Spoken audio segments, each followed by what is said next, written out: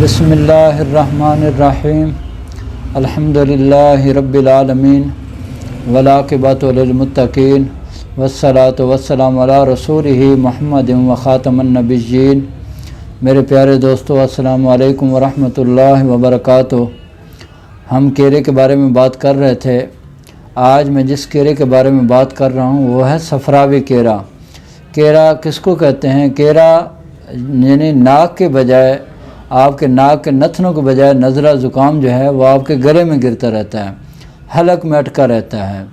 اور سفراوی کیرا بھی اسی طرح ہوتا ہے جیسے اعصابی کیرا ہوتا ہے، لیکن فرق صرف دوائیوں کو ہوتا ہے اور مزاج کو ہوتا ہے۔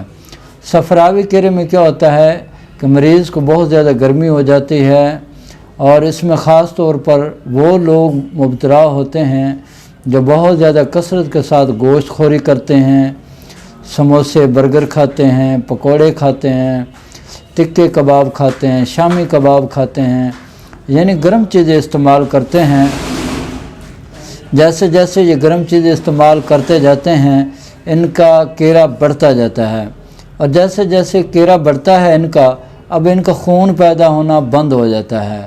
خون ان کا پیدا ہوتا نہیں ہے، بلکہ جو چیز بھی یہ کھاتے پیتے ہیں اس کا وہ کیرا بن جاتا ہے، جو حلق میں ہر وقت اٹکا رہتا ہے، اور بعض دفعہ حلق میں جلن ہونے لگ جاتی ہے، اور مریض بار بار اپنے اس کھنگار کو، اس کیرے کو باہر نکالنے کی کوشش کرتا ہے، گلا صاف کرتا ہے، پھر 5 منٹ کے بعد پھر کیرا آ جاتا ہے۔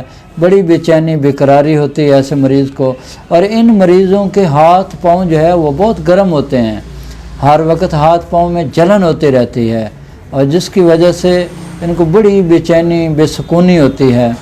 رات کو بھی ان کے ساتھ یہی ہوتا ہے، بلکہ جیسے جیسے دن بڑھتا جاتا ہے ان کی بیماری بھی بڑھتی جاتی ہے۔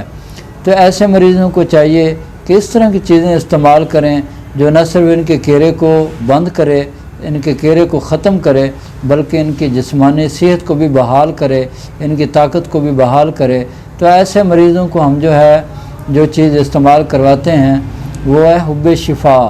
حب شفا جو ہے یہ 1000 ملی گرام صبح و شام آپ نے ہمراہ دودھ یا پانی استعمال کریں، اور اس کے ساتھ صفوف میدا یہ آدھی چمچ دن کے وقت استعمال کرنی ہے ہمراہ پانی، اور رات سوتے وقت جوارش شاہی یہ آدھی چمچ ہمراہ دودھ استعمال کرنی ہے۔ یہ تینوں چیزیں آپ استعمال کریں گے انشاءاللہ، میرے اللہ نے چاہا تو آپ کا یہ سفراوی کیرا جو ہے، جو پیلے کلر کی جو رطوبت نکلتی ہے، یہ انشاءاللہ بند ہو جائے گی، اور آپ کی صحت بحال ہونا شروع ہو جائے گی۔ اب میری اللہ سے دعا ہے کہ اللہ تعالیٰ آپ کو، مجھے اور پوری دنیا کے تمام مسلمانوں کو صحت والی، سلامتی والی، عافیت والی، برکتوں والی، کامیابی والی زندگی نصیب فرمائے، اور ہم سب کو دنیا اور آخرت کے تمام ساتھ بھلائیاں نصیب فرمائے۔ آمین۔ وآخر دعوانا الحمدللہ رب العالمین۔